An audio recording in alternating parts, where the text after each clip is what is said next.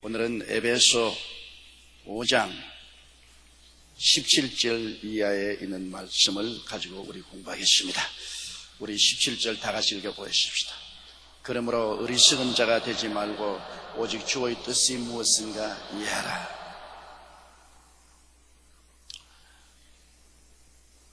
주님은 우주를 지으시고 우주의 중심이 되시고 우주를 다스리십니다. 그리고 주님은 역사를 지으시고 역사의 중심이 되시고 역사를 다스리시고, 또 주님은 인간을 지으시고 인간의 중심이 되시고 인간의 생사화복을 주장하시고 다스리시는 것입니다. 그러므로 우리가 모든 일을 생각할 때 주님을 제껴놓고 생각하고 말하고 행동하는 것은 어리석은 일인 것입니다. 우주의 중심도 주님이시고 역사의 중심도 주님이시고 인간의 삶의 중심도 주님이시고, 주인을 제껴놓고 종들이 모여가지고서 왈가왈부하는 것은 어리석은 일인 것입니다. 주인의 뜻을 알고 무슨 일을 해야 일이 성사가 되지, 주인 제껴놓고 종들끼리 모여서 이것 하자 저것 하자 내 것 따져봤자 소용이 없는 것입니다. 그렇기 때문에 어리석은 자가 되지 말고 주의 뜻이 무엇인가 이해하라. 주인이 무엇을 원하는가를 아는 것이 지혜로운 것입니다. 나를 지으시니까 하나님이시고 내 주인도 주님이시고 나를 다스리는 이도 주님이시고, 그럼 내 창조주요 내 삶의 소유주요 내 생사화복을 다스리는 주님의 뜻을 모르고 내가 마음대로 행했다가는 주님께 내가 쫓김받을 것이다. 당연한 일 아닙니까? 아담과 하와가 주인 되시는 하나님을 제껴놓고 주인이 하지 말하는 어리석은 짓을 했잖아요. 선악과를 따먹는 일은 얼마나 어리석은 일입니까? 주인이 하지 말라고 했는데 그 주인의 뜻을 거역하고 선악과를 따먹자 그 결과는, 어리석음의 결과는 주인에게 내가 쫓겨는 것입니다. 주인에게 버림받고 쫓겨나니까 마귀가 덥석 주워 먹었죠. 마귀가 그냥 사람 잡은 건 아닙니다. 주인에게 쫓겨나니까 잡은 거죠. 부모에게 쫓겨나서 길거리를 방황하니까 깡패에게 잡히죠. 그래서 온갖 고초를 겪지 않습니다. 우리의 삶 속에 그러므로 우리가 무엇을 하는지 우리의 주인 되신 주님의 뜻을 알려고 노력을 하고 주님께 늘 기도를 드려야 됩니다. 주님은 나를 지으시고 나의 중심이 되시고 나를 다스리시는 하나님이시지 않습니까? 하나님이여 주의 뜻을 보여주시옵소서. 이미 잘 알려진 뜻은 물을 필요가 없지 않습니까? 우리가 예수님을 구주로 모시는 것 하나님의 뜻이요, 성수주의라는 것 하나님의 뜻이요, 11조 드리는 것 하나님의 뜻이요, 말씀 읽고 기도하고 기회 있을 때마다 전도하는 것, 그런 것도 하나님의 뜻이요. 환히 알려진 뜻을 묻는 것은 또 어리석은 일입니다. 주님, 주일날 교회 가는 것이 주의 뜻입니까 아닙니까? 알려주시옵소서. 그 바보 같은 소리 아닙니까? 주여 11조 내는 것이 주의 뜻입니까 아닙니까? 그것도 바보 같은 소리죠. 주님, 성경 읽는 것 주님의 뜻입니까 아닙니까? 그런 것 바보 같은 소리 하는 사람이 있어요. 주여 기도하는 것 주의 뜻입니까 아닙니까? 이런 너무나 잘 알려진 사건을 가지고서 주의 뜻인가 아닌가 묻는 것은 둘 중에 하나입니다. 바보든지 안 그러면 하나님의 뜻을 거역하려고 일부러 그렇게 하는 것이든지. 바보는 별 도리 없죠. 요사이 드라마에 나오는 금쪽 같은 내 새끼 중에 바보가 있어요. 바보. 할 수 없어. 바보는 엄마 좋아 아빠 싫어, 아빠 좋아 엄마 싫어, 그 말밖에 못하잖아요. 나도 가끔 그걸 봅니다. 계속은 못 보지만은. 우리가 하나님 앞에 그런 바보가 되면 하나님 얼마나 답답하시겠습니까? 뻔연히 아는 사건을 가지고서 이것입니까 저것입니까 묻는 그런 바보는 되지 말아야 되고, 그 이외에 성경을 부지런히 읽으면 성경에 하나님의 많은 뜻을 우리에게 밝히 가르쳐주고 있어요. 그 성경을 읽음으로 하나님의 뜻을 알면 알수록 하나님의 뜻을 준행하면 하나님을 기쁘시게 하는 것입니다. 하나님을 기쁘시게 하니까 하나님의 은혜를 입지요. 그리고 주의 뜻을 성경을 읽어도 알지 못하고 하면은 그때 주님께 기도해서 성령님이 인도해 달라고 구해야 되는 것입니다. 하나님의 성령이여, 나는 좌우를 분간할 수 없으니 하나님의 성령이 나를 인도하여 주십시오. 하나님의 성령은 우리 하나님의 뜻을 우리 마음속에 소원을 통해서 이끌어 주시는 것입니다. 우리의 마음속에 간절한 소원을 일으켜주는 것입니다. 좌우 분별을 못할 때 성령이 우로 가라면 우로 가야 되겠다는 뜨거운 소원을 일으켜 주시는 것입니다. 이 집을 살 것이냐 말 것이냐 두고 기도할 때 이 집을 사라는 뜨거운 소원을 일으켜 주는지, 집을 사지 말라는 소원을 일으켜 주는지 소원을 일으켜 주십니다.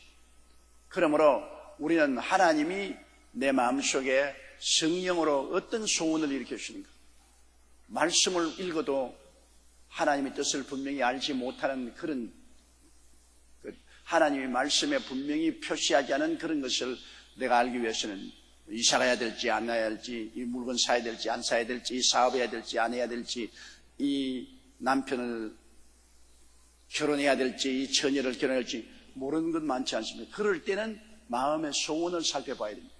내가 하나님께 간절히 기도하면 하나님께서 우리에게 마음의 소원을 일으켜서 길을 인도하시는 것입니다. 마음을 점령하시는 주님께서 마음의 뜨거운 소원이 일어나고 그 다음 그 마음의 소원이 환경에서 증명이 되어야 하는 것입니다. 마음의 소원만 일어난다고 하면 안 돼요. 마음의 뜨거운 소원이 일어나면 주위를 살펴보면 환경에 하나님이 그 소원대로 문을 열어주시는 것입니다. 마음의 소원이 일어나면 그 소원을 가지고 간절히 기도하면 하나님이 환경에서 문을 열어주십니다. 환경에서 이렇게 주님께서 오라고 손짓하는 손짓이 환경에 보여요. 그러면 그를 따라가면 거의 틀림이 없습니다. 마음의 소원이 일어나는데도 불구하고 그를 거역하고 혹은 환경에 증거도 없는데 뛰어들어갔다가는 큰일이죠. 언제나 하늘나라는 두 증인으로 이루어집니다. 사람을 재판할 때도 한 사람의 증인으로 택하지 말고 두 증인의 재판 증거를 택하십니다. 우리의 환경에도 반드시 두 증거가 있어야 합니다. 오늘 또 내게 편지가 한 통이 왔는데 외국에 있는 어느 기도원에서 자기가 하나님의 지시를 받아서 조용기 목사를 꼭 청하라고 하나님 지시가 왔다고 해요. 조그마한 기도원에서 하나님이 자기에게 지시하고 명령하시니 조 목사 꼭 와야 된다. 그건 자기 일방적인 지시지, 그곳에 하나님이 오라고 지시했으면 하나님이 적에도 이야기해야 되는 것입니다. 두 증인이 있어야 돼요. 그 사람에게 오라고 조 목사가 와야 된다고 지시했으면 적에도 하나님이 가라고 해야 그것이 진실로 하나님의 인도하십니다. 일방적으로 그 편지에는 상당히 강력하게 말해서 하나님이 내게 말했으므로 반드시 와야 된다. 짐작컨대 하나님이 당신에게도 말했을 것이다. 하나님 말씀 안 했어요. 베드로가 고넬료의 집에 갈 때 하나님 천사가 나타나서 고넬료에게 요바에 가서 피장 시몬의 집에 있는 베드로를 청하라고 말씀하셨을 때 베드로에게도 하나님이 똑같이 그가 점심 먹기 전에 다락에 올라가서 기도하는데 하늘에서 환상 가운데 주머니가 내려오는데 큰 그 보안해 보니 온갖 짐승들이 다 있습니다. 베드로야 잡아먹어라. 하나님 부정한 것을 어릴 때부터 잡아먹은 적이 없습니다. 하나님이 깨끗이 하게 하신 것을 부정하다고 하지 말라. 이것이 반복되고 난 다음에 성령께서 말하기를 밖에서 너를 찾는데 따라가라 그랬습니다. 그러므로 반드시 하나님의 지시는 두 가지 사건이 합쳐서 증명되어야 되는 것입니다. 내 마음에 소원이 있으면 반드시 바깥에 그 증거가 따라오는 것입니다. 이러므로 우리가 주인 되신 하나님을 섬기고 살기 때문에 종인 우리가 마음대로 하는 것은 어리석은 일인 것입니다. 종인 우리는 주인을 성경 시편에 보면 종이 주인을, 여종이 주모의 손을 바라보면 같이 우리가 야훼를 바라보고 긍휼히 너희 힘을 기다린다 했습니다. 종이 오늘 무슨 일을 할까? 주인이 시키는 일을 해야지. 주인이 시키지 않은 일을 했다가는 매맞을 수밖에 없죠. 여종도 주모가 시키는 일을 해야 됩니다. 오늘은 죽을 거리라든지, 오늘은 밥을 하라든지 오늘은 청소를 하라든지 주모가 시키는 일을 해야지 자기 마음대로 할 수 없잖아요. 우리는 종이요, 시종이요, 모섬이요, 일꾼인 것입니다. 우리 주인의 뜻을 따르지 않은 것은 어리석은 행동이고 주인의 뜻을 살펴서 그대로 행하는 것은 지혜로운 일입니다. 그렇기 때문에 그러므로 어리석은 자가 되지 말고 오직 주의 뜻이 무엇인가 이해를 하라. 18절요. 술 취하지 말라. 이는 방탕한 것이니 오직 성령의 충만을 받으라. 참 인생과 술은 역사 이래로 끊을 수가 없는 것입니다. 사람들은 좋다고 술 마시고 슬프다고 술 마시고 일이 잘 되었다고 술 마시고 일이 망했다고 술 마시고 자식이 태어났다고 술 마시고 죽었다고 술 마시고 이거 뭐 술과 인생은 역사상 끊을 수가 없는 일인 것입니다. 그러나 우리가 인생을 살아가는 동안에 예수 믿고 성령의 술을 마시지 못한 세상 사람들은 술 없이 못 살아요. 왜냐? 인생을 사는데 스트레스가 너무나 심하기 때문에 즐거움도 술을 통해서 흥취를 내고 고통스럽고 괴로울 때도 술을 마시고 그를 푸는 것입니다. 믿지 않는 사람, 하나님의 성령의 위로가 없는 사람은 인간의 한계점을 여기에서 노출시키는 것입니다. 인간의 힘으로는 살아가는 스트레스를 이길 수가 없습니다. 희노의 애락을 견딜 수가 없기 때문에 술의 도움을 받습니다. 술이 도와주죠. 우리 예수 믿는 사람은 성령이 우리 연약함을 도와주시는 것입니다. 하나님의 성령이 도와주시기 때문에 술의 도움이 필요가 없어요. 그러나 예수 믿지 않은 사람은 술의 도움이 없이는 인생을 살아갈 수가 없습니다. 기쁨도 충분히 기쁨을 표현할 수 없습니다. 술이 없으면. 슬픔도 충분히 슬픔을 표현할 수 없습니다. 술이 있어야 술의 도움을 받든지 성령의 도움을 받든지 둘 중에 한 가지 도움을 받아야 됩니다. 그러나 술의 도움을 받는 것은 역효과가 너무나 심합니다. 술 취하면 이는 방탕한 것이. 여러분, 술을 취하면 술이 우리의 중추신경을 마비시키기 때문에 자기의 정상적인 생각이나 행동을 하지 못합니다. 내가 자랄 때 우리 아랫집에 신손이라고 계시는데 그분은 사람이 참 평소에 좋은 사람입니다. 아주 사람이 좋고 이업심도 있고 남의 일을 자기 일처럼 잘 돌보는 사람인데 너무 술을 좋아해서 술만 먹으면 이것은 완전히 아니 자기가 아니요 마귀 새끼가 되는 것입니다. 아니 술만 먹으면 완전히 사람이 달라져요. 그래서 술을 취하니까 비이성적이 되어서 자기 아내를 늘 두들겨 패고 자식 하나 있는 것도 하도 두들겨 패니까 낮에 죽어버렸어요. 그리고 그 집에 제가 놀러 들어가면 파벽풍창이요. 벽도 다 떨어지고 장판도 다 벗겨지고 뭐 집안에 가재도구 시간 하나 없습니다. 술 먹고 와서 두들겨 부숴가지고서. 그리고 그 집은 송아지도 빼빼 말랐습니다.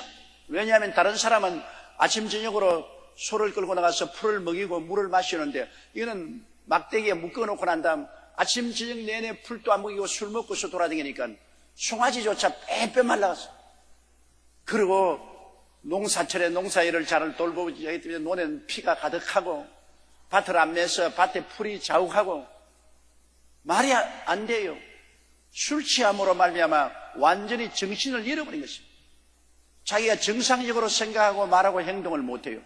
술 취하면 정상적인 인격을 상실하기 때문에 술 취한 것은 굉장히 나쁩니다. 지금도 제가 기억나는 6.25 사변 때 한참 전쟁이 많이 일어나서 싸울 때인데 많은 유엔군들이 한국에 왔습니다. 하루는 제가 철도가에 나가니까 그게 유엔군인데 그게 어느 나라 병사인지 모르겠어요. 술을 얼마나 먹었던지 그 추운 겨울에 철조망이 쳐있는데 잡아지면서 철조망을 확 붙잡으니까 철조망이 손에 찔리가 피가 푹푹푹 솟아나요.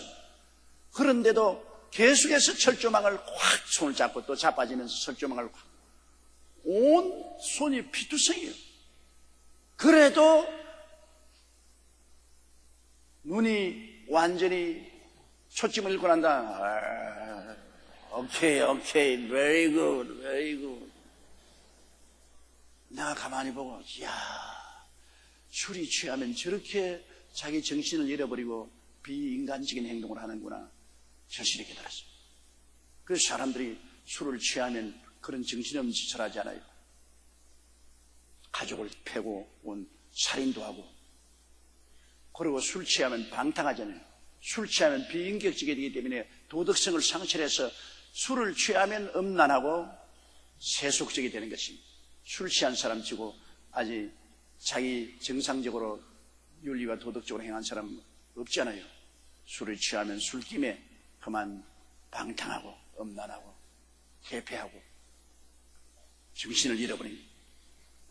술의 피해는 너무나 큽니다. 술 마심으로 말미암아 직장에서 일을 못하고 상실한 것도 많고, 술 취함으로 말미암아 의료비가 얼마나 듭니까? 술 마셔서 간경화증, 간암 걸리지요, 위암 걸리지요, 여러 가지 질병에 걸리지요. 술 취해서 자동차 운전하다가 남의 귀중한 생명을 빼앗고 가산을 파괴하는 일들이 얼마나 많으며 자기도 파괴되지 않습니까? 술의 폐해라는 것은 이리 형용할 수가 없습니다. 그렇기 때문에 성경에는 술 취하지 말라 하나님께서 단호히 말했습니다. 술 취하지 말라고 했으니까 안 취하고 조금 먹는 건 괜찮지 않느냐? 그게 문제입니다. 이 서양 사람들은 독일에 가면은 맥주를 물같이 마시고, 불란서와 그 외 나라 가면 포도주를 그저 물과 같이 마시는 것이, 이스라엘도 그렇고요. 그러나 그 나라 사람들은 그냥 한국처럼 노자지 폭탄주를 마시는 건 내가 본 적이 없어요. 그냥 포도주 같은 포도주 한 잔 가지고 이야기 내내 하고 식사 다 하고 끝마치는 거죠. 한국 사람들 막 병처럼 막 꿀꺽이고 막 삼키고 막 정신없어. 그리고 1차, 2차, 3차 하면서 돌아다니면서 막 마시고. 우리 한국의 가장 큰 문제는 한국 사람들의 성격이 극단적입니다. 예를 들어 말하면 니 죽고 내 죽자, 무엇인지 하면 너 죽고 내 죽자고 달라드는 것입니다. 적당한 선에서 해결을 못해요. 어제도 텔레비전에 재판을 하는데 서로 타협해서 문제를 해결하지 않고 끝까지 가자까지 니 죽고 내 죽자 끝까지 변호사 사서 싸우다가 모두 다 빈손 들고 만다는 그런 텔레비 방송에 나왔습니다. 참 우리 민족성이라는 것은 너무나 가혹합니다. 이 중국 사람들은 해외에 나가서 살면은 너 죽고 내 살자. 유대인들은 너도 살고 나도 살자. 한국 사람은 너도 죽고 나도 죽자. 이 네 죽고 내 죽자는 극단 상황으로 나가는 것입니다. 그렇기 때문에 한국 사람들은 술을 마시면 그것을 절제 있게 조금 마셔서 혈액순환이나 좋게 하는 그런 정도가 되면 좋은데 거의 그런 사람들은 없고 그냥 막가파식으로 마셔요. 그래서 요새 새로운 입학생들을 선배들이 갖다 놓고 난 다음 막 입에다가 술을 양푼째 퍼부어 가지고서 귀한 나무 자식들 죽기도 하지 않습니까? 그렇기 때문에 하나님께서는 악한 모양도 버리라고 했습니다. 술 취하지 말라고 했습니다. 그러므로 술을 취하게 하는 근본 출발이 술을 조금 먹기 시작하기 때문에 취하기 때문에 아예 술을 먹지도 말고 보지도 말라고 잠언서에서는 말을 하고 있는 것입니다.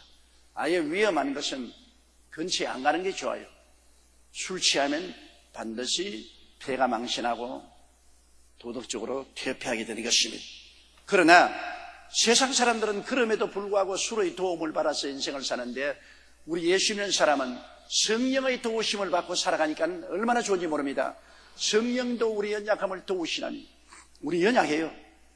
사람은 연약하기 때문에 성도 참지 못하고 답답한 것도 못 참고 슬픈 것도 한계가 넘으면 참을 수가 없고 기쁜 것도 도가 넘치면 그걸 참을 수가 없고 인간은 언제나 한계점에 도달합니다.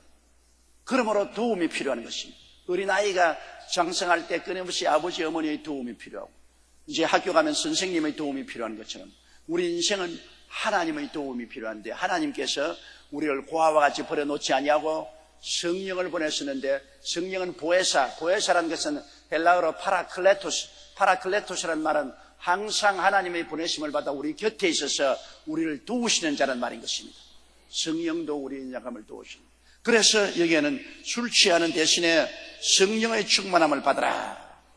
성령의 충만함을 받으라는 것은 나는 뭐 예수 믿고 성령으로 거듭났는데요. 그거는 중생에 했기 때문에 성령이 하나님의 자녀된 증거로서 와 있는 것입니다. 그 다음에 하나님께 기도하면 성령 세례 받잖아요. 성령 세례 받고 방언을 말하고 그 일시적인 현상으로 그래 지나가는 것은 안 됩니다. 항상 성령으로 충만함 받는 것은 현재 진행형입니다. 항상 성령으로 충만함 받아.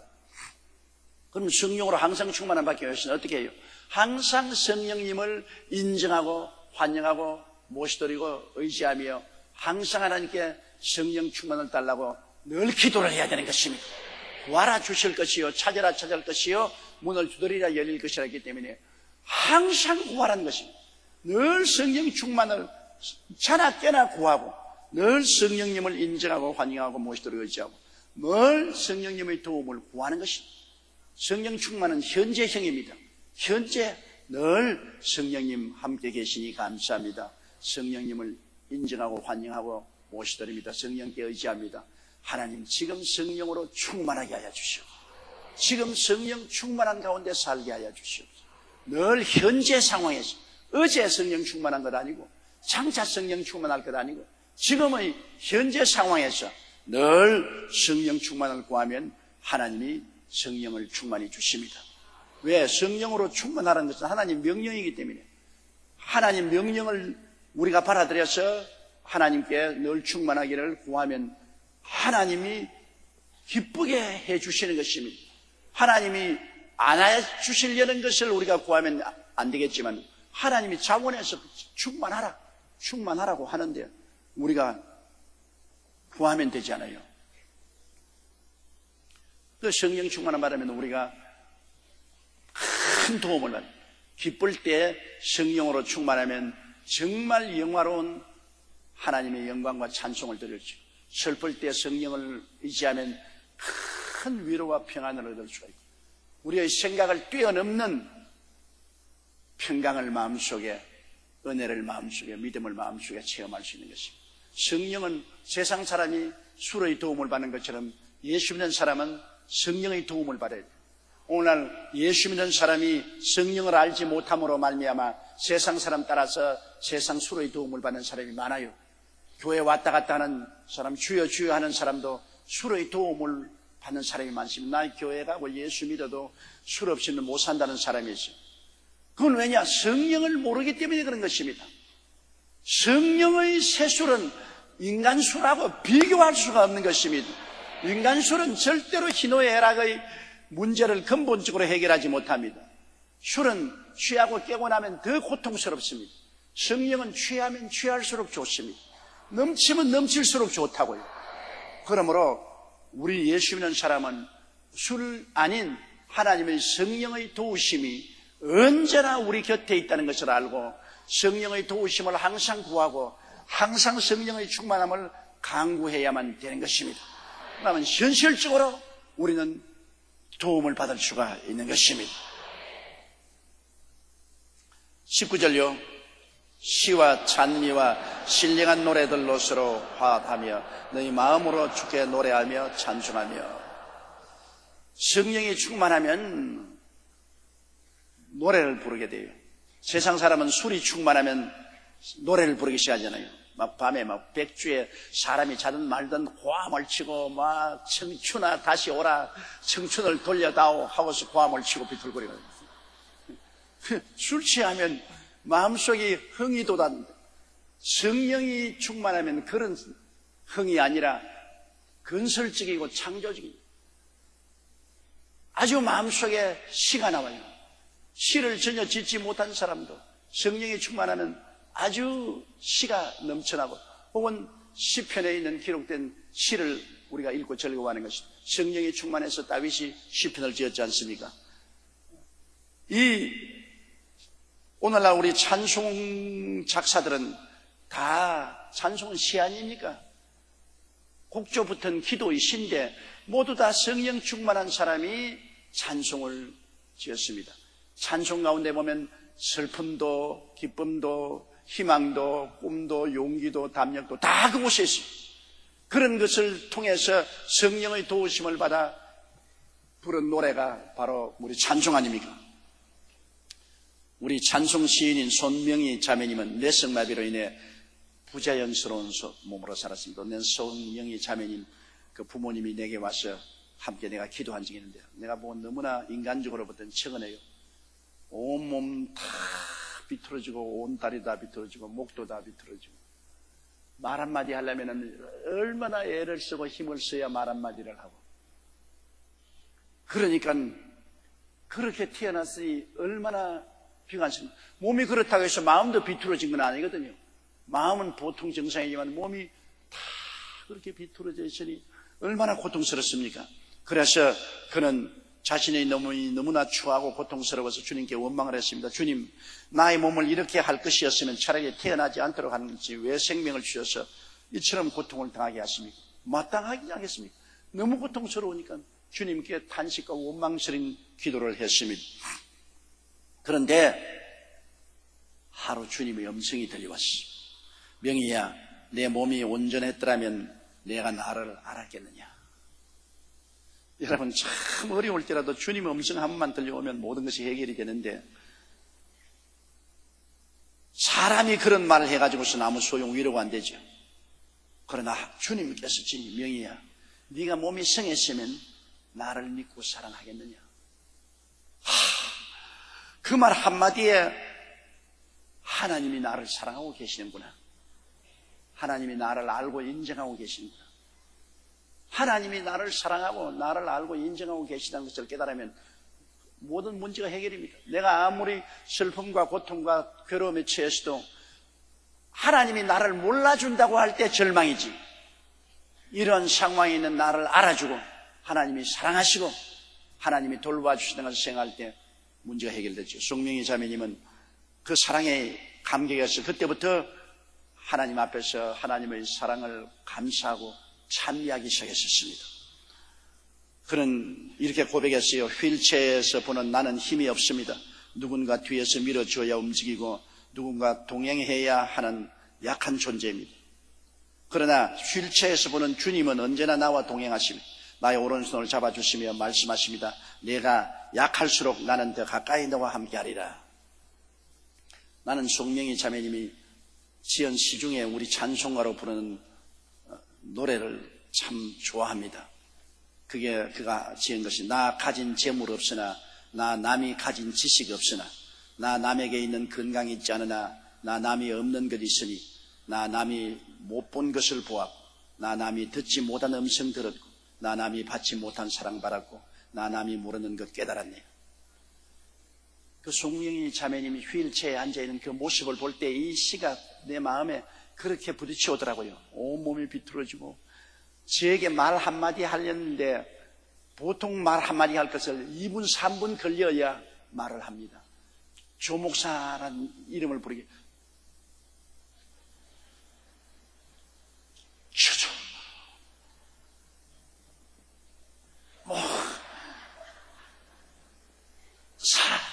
니는 정말 내 가슴에 충격이에요.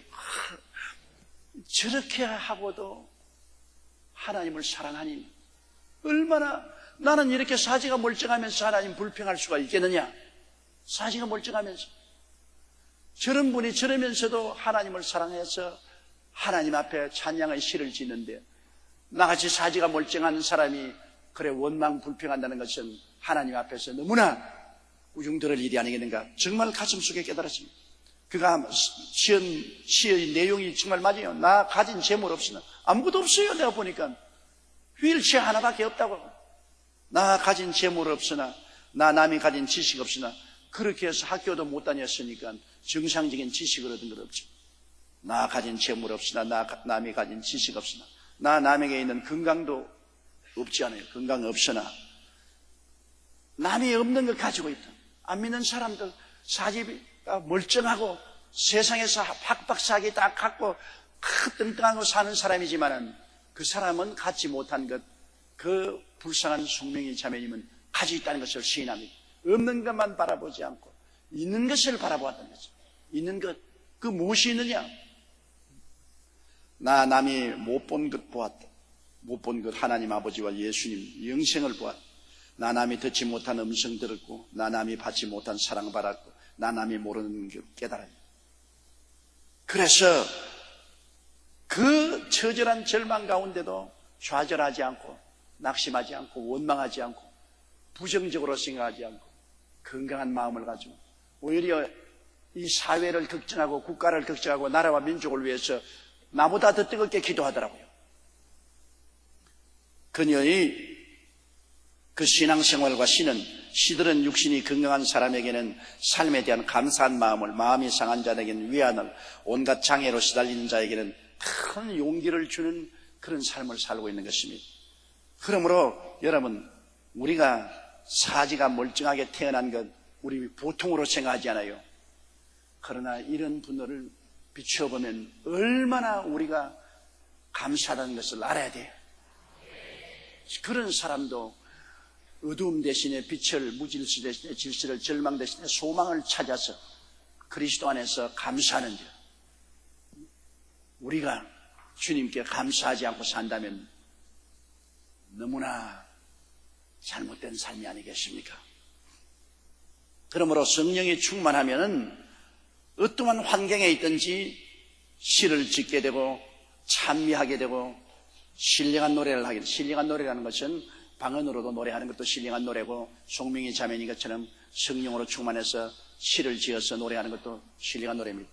성령이 충만하면 시와 찬미와 신령한 노래들로 서로 화답하고 마음으로 주께 노래하며 찬송하며, 마음으로 주께 노래하며 찬송합니다. 우리 예수 믿는 사람은 기쁠 때도 기쁜 감사의 찬송을 부를 수 있고, 또 슬플 때도 슬픈 찬송을 부를 수 있으니까 참 좋다고요. 슬픈데 맹송맹송하고 찬송도 못 부르면 마음이 얼마나 괴롭습니까? 저희들이 신학교 졸업할 때는 정말 앞이 캄캄했습니다. 그때는 한국 사회의 경제가 너무나 어려웠죠. 일을 이을 수가 없는 그런 처지고, 구제물자 옷 입고 구제물자 신발 신고, 이제 신학교 졸업하고 나가려니 뭐 돈 한 푼이 있어야죠. 어디에 가서 오라는 데도 없고 개척할 때도 모릅니다. 그런 답답할 때 그 노래가 굉장히 위로가 돼요. 늘 저녁에 차펄에 가서 엎드려서 어찌해야 좋을지 나는 알 수 없도다. 그 노래가 얼마나 위로가 되는지 몰라요. 나는 모르는 것 당연한 이치지만은 그렇게 노래하면서 눈물을 줄줄 흘리고, 그런데 그러한 노래가 위로가 되고 힘이 되어서 또 주님이 이제하고 나갈 수 있다.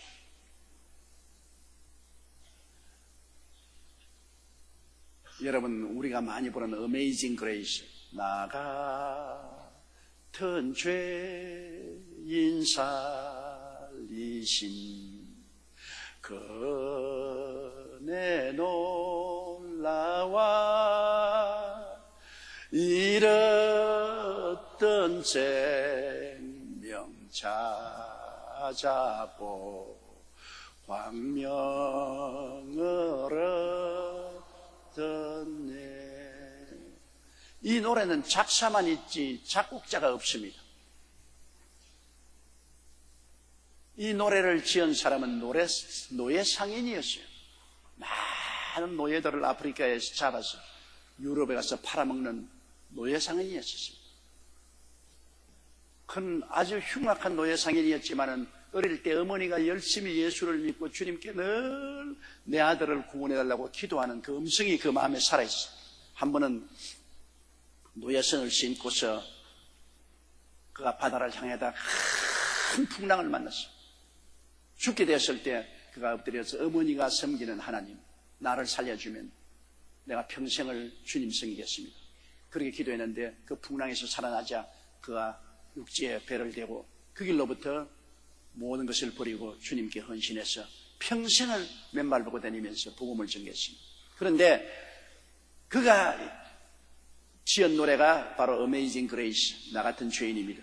그런데 그 작사만 있고 작곡자가 없는 것은, 작곡은 노예들이 지은 작곡입니다. 그 노예들이 노예선에 실려 있으면 노예들이 너무나 고통스러우니까 노예들이 배에서 앓는 소리를 하지요.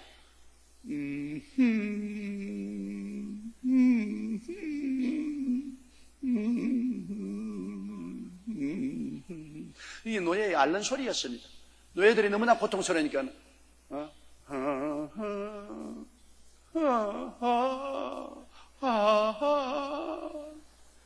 앓는 소리입니다. 이걸 늘 들었어요. 평소에는 노예들이 앓는 소리를 들었습니다. 그래서 그가 나중에 회개하고 예수를 믿게 되자 이 노예의 앓는 소리를 그의 작사에 붙인 것입니다. Amazing grace, how sweet the sound that saved a wretch like me. 앓는 소리입니다.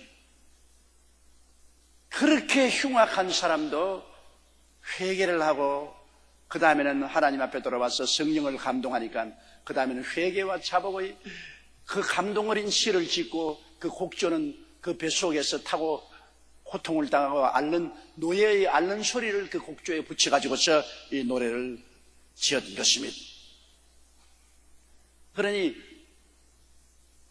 그 노래를 통해서 자기의 죄를 속하고 그 상처받은 마음의 위로를 얻었던 것입니다. 우리 이 그리스도교 신앙의 위대성은 노래에 있습니다. 찬송에 있습니다. 좋을 때 찬송하고 슬플 때 찬송하고 이겼을 때 찬송하고 패배했을 때 찬송하고 우리의 생활과 찬송은 분리할 수가 없습니다. 이러므로 찬송을 많이 부르는 성도가 언제나 은혜 충만하고 승리하는 성도가 되는 것입니다.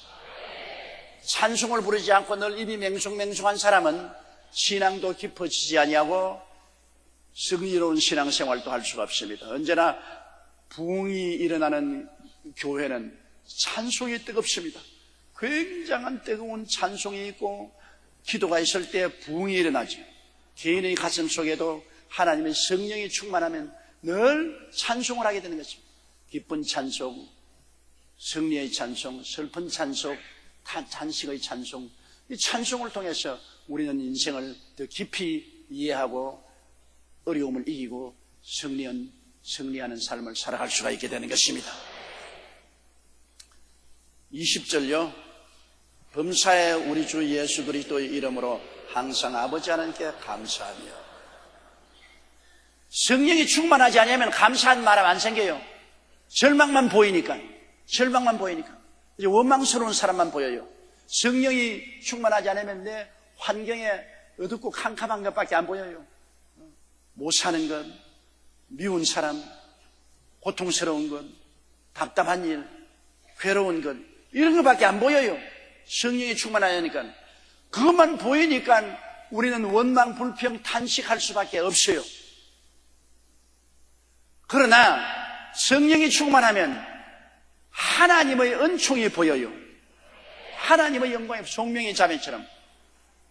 그가 성령 충만 안 했으면 그는 뇌성마비요, 휠체어에 앉았고 나 가진 것도 없고 배운 것도 없고 건강도 없고 없는 것만 보이잖아요. 그러면 없는 것만 보이면 어떻게 했어? 원망, 불평, 탄식하지 않겠어? 그러나 송명의 자매님에게 있는 것이 보인 것은 성령이 충만해서 주의 음성이 들렸다. 주의 음성을 듣고 난 다음부터는 있는 것이 보였다. 있는 것이 남이 없는 것, 남이 갖지 않는 것 내가 가지고 있다. 남 못 본 것 내가 보았고 감사하고, 남 못 듣던 음성 들어서 감사하고, 남 갖지 못한 것 마음에 가졌으니 감사하고, 남이 안 가진 희망 가졌으니 감사하고. 그러므로 사람은 그 마음속에 성령이 계시냐 안 계시냐에 따라서 보는 방향이 달라집니다. 육신의 눈으로만 보면은 절망할 수밖에 없죠. 우리의 현재 한국의 사회와 국가 현실도 육신의 눈으로 보면은 여러 가지 어려운 점이 많죠. 삶이 어렵고 고통스럽고 괴롭고 또 북한이 언제나 호시탐탐하고 위에서 압력을 가하고 있고 괴로운 점이 많죠. 그러나 우리 한국에서 남이 안 보는 것 볼 줄 알아야 됩니다. 이 4천만 동포 가운데 1,000만 신자가 있다는 것을 봐야 되는 것입니다. 이 신자가 있다는 것을 못 보면은 한국은 버림받은 것 같이 생각하지만은 우리 한국 4천만 중에 4분의 1인 25%는 신자가 있다. 하늘나라 백성이 여기에 사람들이 안 보는 게 있습니다. 여러분 밤에 남산에 올라가 보면 온 서울 시내가 십자가로 붉었습니다. 기차를 타고 지방을 여행하면 어느 소도시고 중소도시고 시골이고 십자가 없는 데가 없습니다. 5만 교회가 있습니다. 남이 안 보는 것도 우리가 볼 줄 알아야 돼요. 그리고 좋든 하여튼 10만 주의 종이 있어 열심으로 그래도 기도하고 복음 전하고 있습니다. 안 믿는 사람은 이거 안 보이죠. 안 믿는 사람은 한국에 있는 여러분 5만 교회가 눈에 안 보이고 1,000만 성도가 안 보이고 10만 주의 종이 안 보입니다. 그러므로 한국은 현실만 바라보고 어둡고 캄캄하게 바라보고 비평하고 평론합니다. 그러나 우리에게는 하늘나라가 임하여 있는 것입니다. 하늘나라가 임하여 있습니다. 그러므로 남이 보지 않은 것 우리가 보고 남이 듣지 않은 것 우리가 듣고 남이 안 가진 것 우리가 가지고 남이 없는 소망을 가질 수가 있는 것입니다. 우리는 주 안에서 소망을 가질 수가 있는 것입니다. 그러므로 소망이 있기 때문에 감사하고 찬미하고 기도할 수 있죠. 예수님께서 광야에 나갔을 때 남자만 5,000명, 부모자면 기만 명이 있어. 말씀을 듣다가 나중에는 저녁 해그름이 되며 먹은 것이 없어 허기증에 들었습니다. 사람들이 다 길거리에 들어눕고 가지를 못합니다. 예수님이 제 아들을 불러서 더구나 빌립을 특별히 세워서 빌립아 이 사람들에게 먹을 것을 주라. 빌립이 생각이 기가 막힙니다. 광야입니다. 도시도 없고 촌락도 없습니다. 떡 살 곳도 없고 떡 공장도 없습니다. 거기에다가 설상가상으로 돈도 없습니다. 먹일 수 있는 시설도 없습니다. 빌립이 보니까 아무것도 없어요. 그러니 비가 날 수밖에 없어요. 주여, 저들을 흩어보내어서 자기들이 동리로 내려가서 먹을 것을 사도록 하십시오. 왜? 우리는 조그만 떡을 사줄라 해도 돈이 있어야 되는데 돈이 없습니다. 그리고 지금 떡 살 곳도 없고 한꺼번에 이 수만 명의 먹을 떡을 어떻게 만듭니까? 시간도 없고요. 빌립이 인간의 눈으로 볼 때는 없는 것밖에 안 보여요. 그게 절망했죠. 빌립은 못한다고 했습니다. 그는 부정적인 생각을 꽉 들어찼고 꿈을 잃어버렸습니다. 믿음도 잃어버렸습니다. 할 수 없다. 안 된다. 못한다. 그런데 똑같은 지하 중에 안드레는 없는 것을 보지 않고 있는 것을 보았습니다. 광야 가운데 빌립이 보지 않은 것을 보았습니다. 안드레가 빌립이 안 본 건 누구 뭘 보았어요? 예수님을 보았습니다. 그 광야에 빌립 말대로 없는 것은 돈도 없고 떡 살 곳도 없고 먹일 시설도 없고 시간도 없는데 다 없는 것이 있는데 빌립은 안 본 것, 안드레는 보았다. 예수님을 보았습니다. 예수님 하늘과 땅의 모든 권세를 가지고 있지 않습니까? 예수님이 계신데 걱정할 건 뭐냐? 예수님이 먹이라고 했으니까 먹일 수 있다. 그래서 안드레는 빌립이 보지 않은 것 보았고 빌립이 듣지 않은 음성 들었고 빌립이 갖지 못한 것 가졌고 빌립이 꿈꾸지 못한 것 꿈꾸었습니다. 그래서 그는 나가서 어린아이의 보리떡 5개와 물고기 2마리를 예수님 가져와서 주님 믿음의 씨앗 가지고 왔습니다. 뭐 이것 가지고는 어림도 없지만은 그러나 주님이 계시지 않습니까? 주님이 우리 믿음의 씨앗을 통해서 기적을 베풀 줄 믿습니다. 그러한 믿음으로 주님께 보리떡 5개와 물고기 2마리 내놓으니까 주님께서 모든 사람을 질서정연하게 앉히라고 하고 난 다음 축복함에 오병이어로 그 기만 명을 먹이고 12바구니나 남았어. 못 보는 거 봐야 돼요. 못 듣는 거 들어야 돼요. 못 가지는 희망 가져야 돼요. 그래서 믿음으로 기도하면 역사가 일어나는 것입니다. 우리 한국의 4천만 동포 중에 1,000만 명 우리 예수 믿는 사람들은 이 광야 같은 우리 한국 땅과 현실에서 남이 복 보는 거 보아야 돼요. 뭘요? 이 광야에서 예수님을 봐야 돼요. 예수님이 엄청 들어야 돼요. 예수님께 희망 가져야 돼요. 그래서 예수님께 기도해야 돼요. 우리가 10월 4일 날 시청 앞 광장에서 모여서 기도하자는 것 무슨 쇼하려고 하는 건 아닙니다. 무슨 반정부 운동하려고 하는 것도 아닙니다. 우리가 모이자는 것은 우리가 남이 보지 못하는 것 보고 듣지 못하는 것 듣고 알지 못하는 예수 알고 안 가진 희망 가졌기 때문에 안드레처럼 오병이어를 내놓기 위한 기도를 하자는 것입니다. 기도가 오병이어거든. 뭘 내놓아야 주님이 역사하지. 너희는 내게 부르짖어라. 내가 내게 응답하겠다. 부르짖으라 하는데 누가 응답해요? 부르짖으면 크고 비밀한 일을 보여주겠다고 하셨으니까. 그러므로 우리는 오병이어를 내놓기 위해서 함께 모여 기도하자는 것입니다. 그런데 요사이 홈페이지에서 나를 욕하는 사람들이 교인들 앞에 서서 하나님을 사랑하느냐? 교인들이 예. 교회를 나라를 사랑하냐? 예. 그러면 광장에 기도하러 모여자. 그러니까 사람들이 냉랭해서 아멘도 안 하더라. 순전히 어리석은 여자들만 끌고 다니면서 노무현 정부 퇴진 운동하려고 한다. 어리석은 여자. 여러분이 어리석습니까? 어떻게 말을 해도 그런 미치광이 같은 말을 해. 여자 없이 지는 어디서 태어났노? 여자 없이 어디서 태어났으며 여자 없이 어떻게 먹고 살았노? 왜 여자를 비하하는 소리 하느냐? 우리 한국에 여자 없이 나라가 될 줄 알아요? 여성을 비하하면은 그 개인이나 가정이나 나라는 망하는 겁니다. 어머니가 있어야 자식들이 있고 여성이 강성해야 나라가 강성해지는 것입니다. 그런데 날 보고서 어리석은 여자들이나 끌고 다닌다.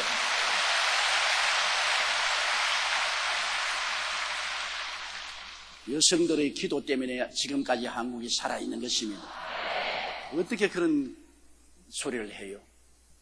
우리가 기도회로 모이는 것은 우리가 무슨 정치운동하는 단체도 아니고 나는 온 한국 국민이 다 와서 나보고 정치하고 대통령 되라 해도 안 합니다. 목사가 얼마나 좋은데 왜 내가 대통령을 해?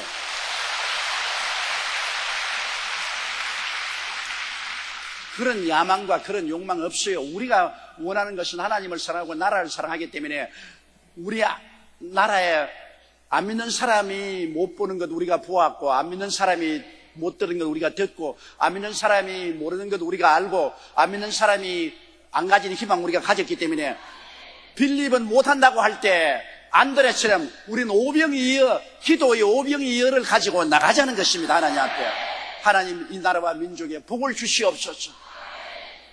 그러면 하나님이 우리 기도를 들으시고 기적을 행할 시간인 것입니다. 이게 중요한 것입니다. 우리가 있는 것을 가지고서 하나님 앞에 희망을 가지고 감사해야죠. 자꾸 없는 것만 바라보고 원망, 불평, 탄식하고 얻을 게 뭐가 있습니까? 절망밖에 없지요. 나는 못한다, 안 된다, 할 수 없다면 죽으라. 그것밖에 더 있잖아요. 우리가 희망과 꿈을 가지고 할 수 있다 하면 된다 해보자고 해야 내일이 있죠. 그러므로 이 성경에는 범사에 우리 주 예수 그리스도의 이름으로 항상 하나님 아버지께 감사하라고 했는데 범사라는 것은 뭡니까? 좋을 때도 나쁠 때도 잘 될 때도 못 될 때도 건강할 때도 병들 때도 그 모든 것을 다 합쳐서 범사입니다. 좋은 것만 감사하고 나쁠 때는 감사하지 말하는 건 아닙니다. 모든 것 가운데서 하나님이 계시기 때문에 감사한 것입니다. 하나님 없는데 감사할 것 아무것도 없어요. 진짜로 하나님이 없는데 뭘 감사해요? 그렇잖아요. 하나님이 없으면 우리가 도움을 받을 것이 없는데 뭐 감사할 건 뭐가 있어요? 절망할 것밖에 없지. 하나님 없으면 진짜 절망이요.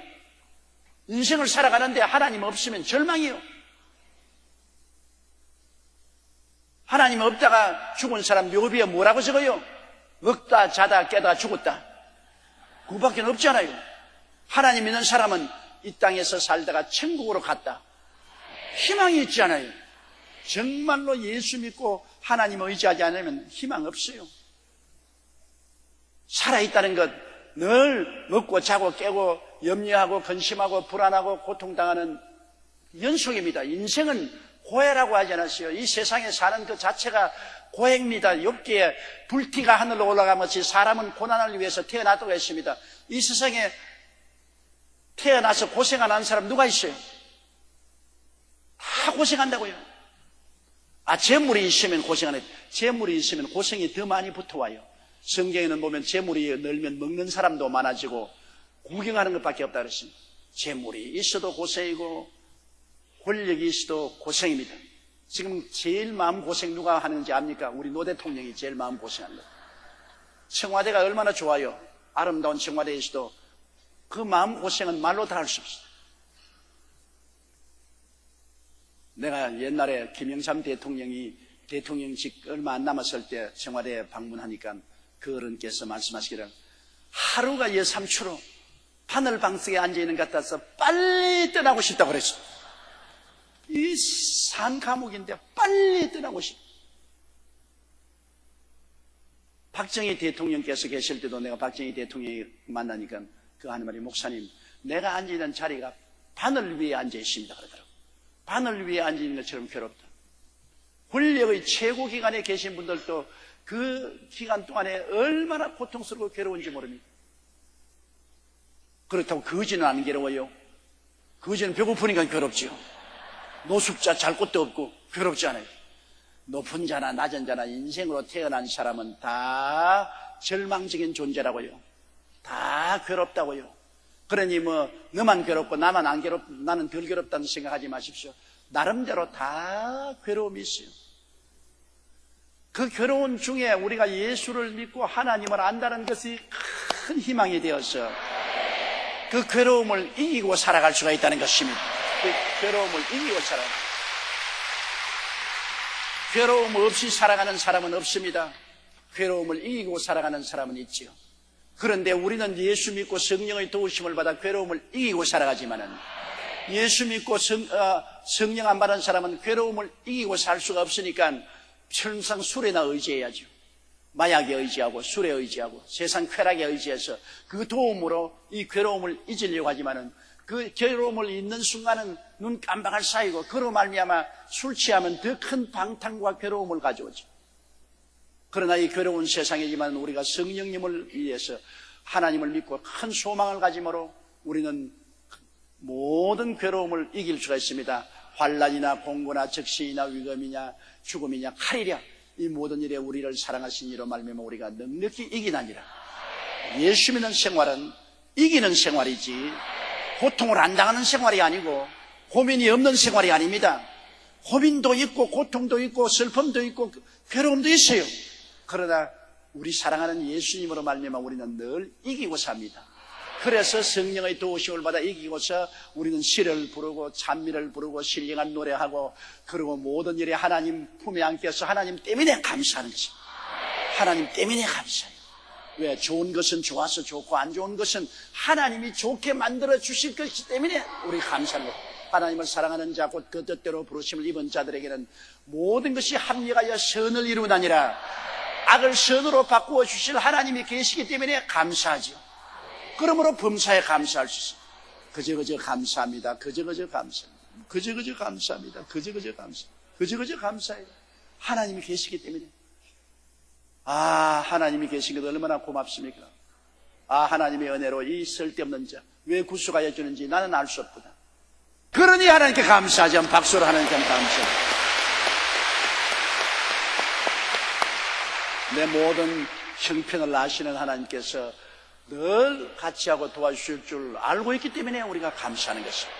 그러므로 우리는 범사에 우리 주 예수 그리스도의 이름으로 항상 아버지 하나님께 감사하며 그리스도를 경외함으로 피차 복종하는 삶을 살아야 되겠습니다.